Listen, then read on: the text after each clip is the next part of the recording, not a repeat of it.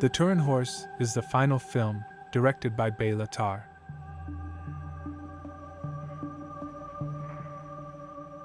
Set in a barren, wind-ravaged landscape, the narrative revolves around a father, his daughter, and their dying horse.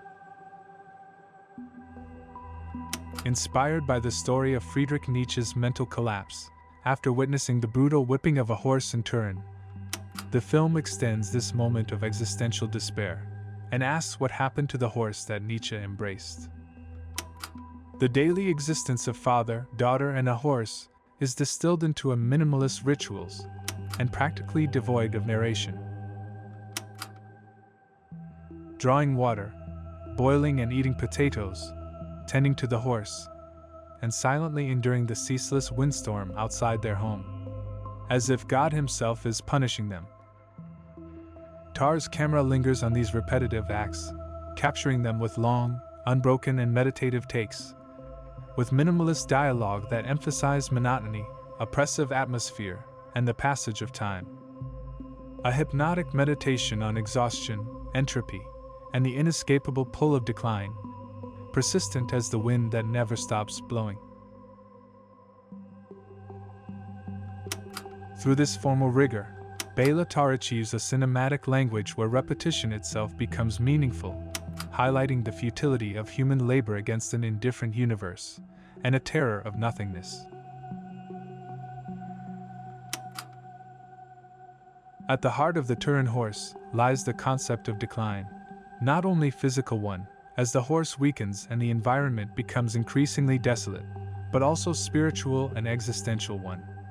The father and daughter, though resilient, appear resigned to their fate, never expressing hope or despair in words, but embodying quiet submission to forces beyond comprehension. It is easy to conclude that Béla Tarr, like Nietzsche, holds that God is dead and that humanity is doomed to destruction. Indeed, as father and daughter stumble through their daily existence like zombies, their world falls apart, the well dries up, and the horse refuses to eat. In a certain sense, the father and his daughter can be linked to the biblical figures of Adam and Eve, and their miserable farm becomes a sort of perverted paradise in the form of an inhospitable wasteland.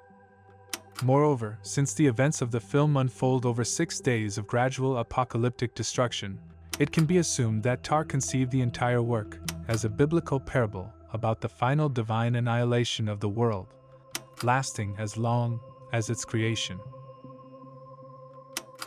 Turin Horse would be Tarr's last feature film, after which he retired and never directed another one. In conclusion, Béla Tarr's cinema stands as a resolute challenge to the speed, spectacle, and narrative certainty that so often define modern filmmaking.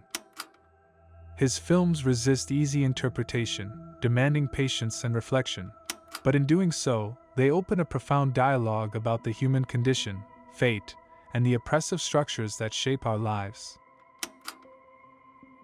Tarr's uncompromising vision has not only redefined the possibilities of cinematic language, but has also left an indelible mark on world cinema, reminding us that film can still be an art of contemplation, resistance, and deep philosophical inquiry.